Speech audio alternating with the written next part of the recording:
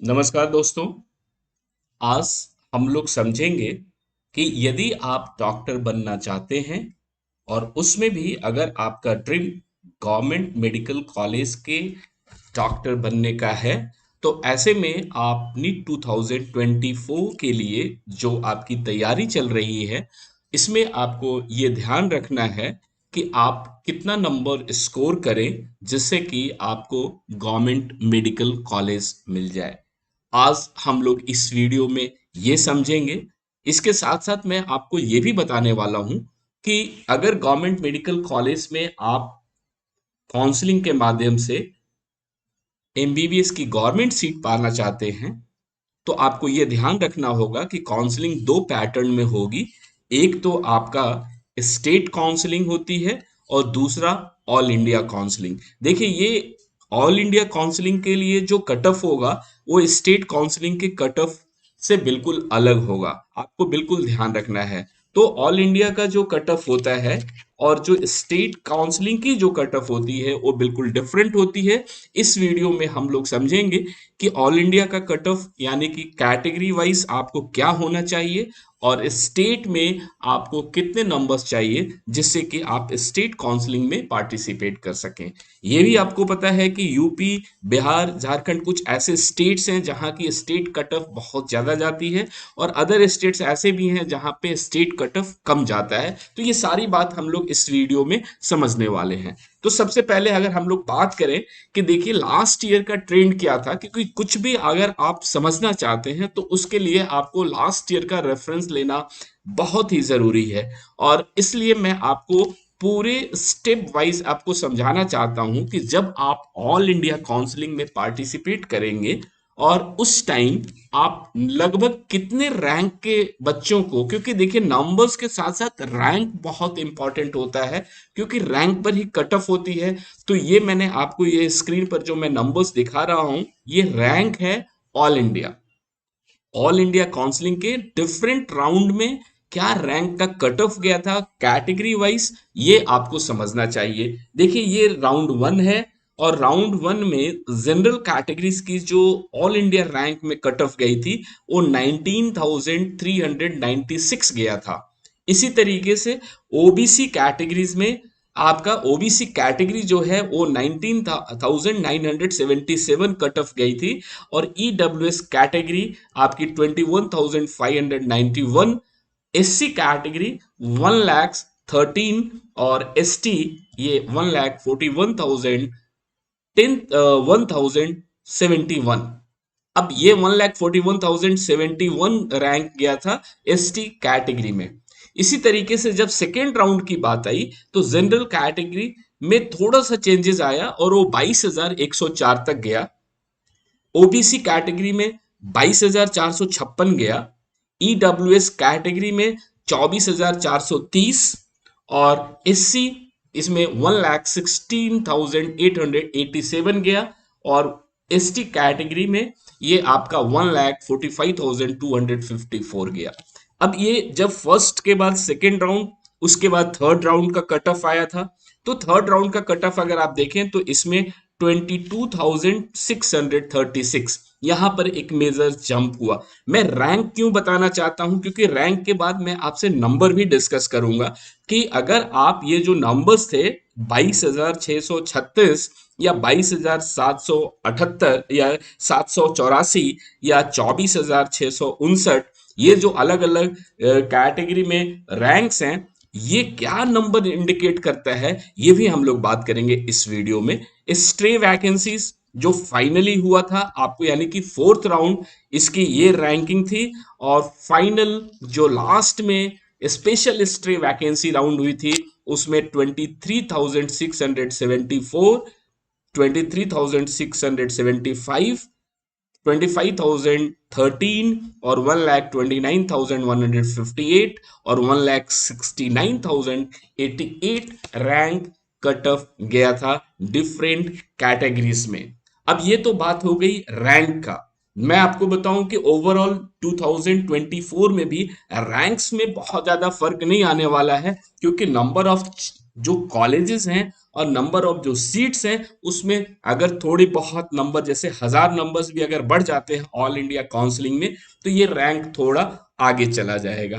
Otherwise मोरलेस rank आपका यही होने वाला है। इस रैंक पे नंबर्स क्या लैंड करेगा ये ज्यादा बहुत इंपॉर्टेंट है। तो हम लोग समझते हैं कि अगर ऑल इंडिया काउंसलिंग में एक सेफर नंबर जो आपको इस कट ऑफ तक लेकर लैंड करता हो कैटेगरी वाइज, तो आप समझ ले कि ये जो 23,674 है ये लगभग 618 प्लस नंबर्स अगर आप स्कोर करेंगे नीट 2024 में तो आपकी गवर्नमेंट मेडिकल कॉलेज मिलने की संभावना बिल्कुल रहेगी। इसमें कहीं से कोई डाउट्स नहीं रहेगा। इसी तरीके से अगर आप ईडब्ल्यूएस कैटेगरी में हैं तो 615 नंबर और ओबीसी कैटेगरी अगर आपकी है तो 616 प्लस, एससी कैटेगरी में 475 और एसटी कैटेगरी में 465। ये नंबर्स आपको रखने होंगे मिनिमम आपके टारगेट्स में, तब जाकर ऑल इंडिया काउंसलिंग से यानी कि आप किसी भी स्टेट के हो आप किसी भी स्टेट में गवर्नमेंट मेडिकल कॉलेज प्राप्त कर पाएंगे। ये कट ऑफ का एक पैरामीटर है। ये एक्सपेक्टेड कट ऑफ होगा नीट 2024 के लिए। ये ध्यान रखें कि नीट 2024 के एक्सपेक्टेड कट ऑफ नंबर्स हैं और इससे रिस्पेक्टिव जो रैंक होगी वो नियर अबाउट ये होगी। तो ये तो आपको समझ में आ गई बात। अब ये बात आती है कि ऑल इंडिया कोटे से तो आपने समझ लिया, अब स्टेट कोटे में आपको कैसे और क्या करना होगा। तो आप सभी समझते हैं कि उत्तर प्रदेश, बिहार, राजस्थान, महाराष्ट्र, झारखंड, वेस्ट बंगाल ऐसे कुछ स्टेट्स हैं जहां पर कट ऑफ इनकी हायर जाती है। कट ऑफ हायर जाने का मतलब है कि वहां पर नंबर ऑफ सीट्स ज्यादा या कम होने के बावजूद भी जैसे राजस्थान में कट ऑफ ऑलवेज हाई जाती है। कुछ कंडीशन में ऐसा होता है कि वहां पर ऑल इंडिया कोटे के कट ऑफ से ज्यादा हाई स्टेट का होता है। तो ये ध्यान रखना है कि राजस्थान एक ऐसा स्टेट है जहां पर स्टेट जैसे दिल्ली है, दिल्ली में भी जो ऑल इंडिया काउंसलिंग की कट ऑफ होती है अगर देखा जाए उससे ज्यादा कट ऑफ दिल्ली स्टेट का कट ऑफ जाता है इटसेल्फ। तो राजस्थान का भी ऐसा ही कंडीशन है। तो राजस्थान वाले बच्चों को मिनिमम आप अगर गवर्नमेंट सीट्स चाहिए तो आपको ये ऑल इंडिया कोटे वाले ही कट ऑफ्स को बिल्कुल फोकस रखना है। खासकर उत्तर प्रदेश, बिहार, राजस्थान, महाराष्ट्र, झारखंड, वेस्ट बंगाल ये जो स्टेट्स हैं जो जैसे कि मैं आपको स्क्रीन पर बता रहा हूं, ये सारे के सारे स्टेट्स ऐसे हैं जहां पर स्टेट कट ऑफ ज्यादा जाती है। तो आपको ध्यान रखना है कि आप ऑल इंडिया कट ऑफ या स्टेट कट ऑफ में बहुत ज्यादा फर्क ना समझते हुए आपको वही नंबर्स अपने दिमाग में रखना है। 618 प्लस, ईडब्ल्यूएस कैटेगरीज के बच्चों को 615 प्लस और ओबीसी कैटेगरीज के बच्चों को 616 प्लस, एससी कैटेगरी आपकी 475 प्लस और एसटी कैटेगरी में आपका 465 प्लस नंबर्स। यानी कि ऐसे स्टेट्स जिनके स्टेट कट ऑफ हायर जाती है आप सभी बच्चों को पता है। तो उन बच्चों से मेरा रिक्वेस्ट है कि आप स्टेट कट ऑफ और ऑल इंडिया कट ऑफ में बहुत ज्यादा डिफरेंस ना समझें और आपको वाइजली, मैं तो ये भी कहूंगा कि जिन स्टेट्स में स्टेट कट ऑफ ज्यादा जा रही हैं वहां के बच्चों को बड़ा ही स्मार्टली अपनी काउंसलिंग में पार्टिसिपेट करना है ऑल इंडिया काउंसलिंग को, और वहां से आपको अपने लिए सीट खींच कर लेके आना है क्योंकि आपके स्टेट में आपके लिए कंपटीशन बहुत ज्यादा टफ है।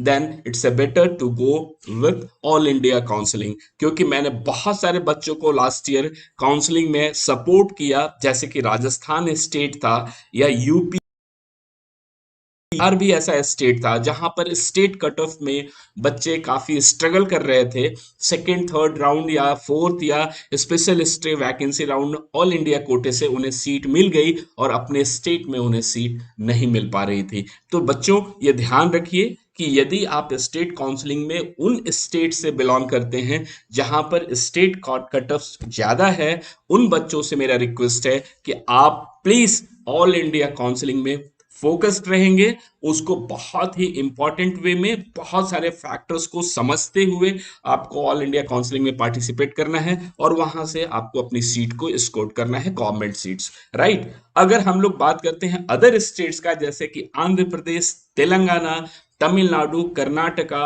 वेस्ट बंगाल, मैंने इसलिए यहां पर भी रख लिया क्योंकि वेस्ट बंगाल में कुछ लेवल पे कट ऑफ थोड़ी लो जाती हैं और जनरली कट ऑफ हाई भी रहती है। यू उत्तराखंड है और मध्य प्रदेश ऐसे स्टेट्स है जहां पर ऑन एन एवरेज वहां के डोमिसाइल के बच्चों के लिए बहुत ज्यादा कंपटीशन टफ नहीं है।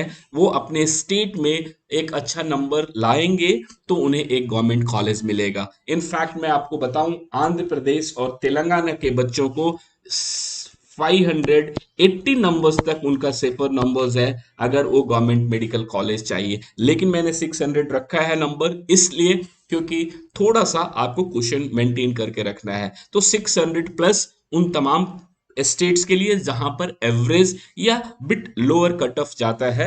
600 plus for general category, EWS category के लिए 590 plus, OBC category 600, SC category 405 और एसटी कैटेगरी 365 प्लस। लेकिन एक चीज ध्यान रखेंगे, राजस्थान के बच्चे जो एसटी कैटेगरीज के हैं उनको 100% जस्टिफिकेशन ऑल इंडिया कोटे से मिलने वाला है। आप स्टेट कोटे में आपके पास लिमिटेड सीट्स हैं, कंपटीशन बहुत टफ है, तो राजस्थान के बच्चों को ऑल इंडिया कोटे से ही बेहतर नंबर्स मिल पाता है, बेहतर सीट मिल पाती है। तो ये तो स्पेशल टिप्स था आपके राजस्थान के बच्चों के लिए।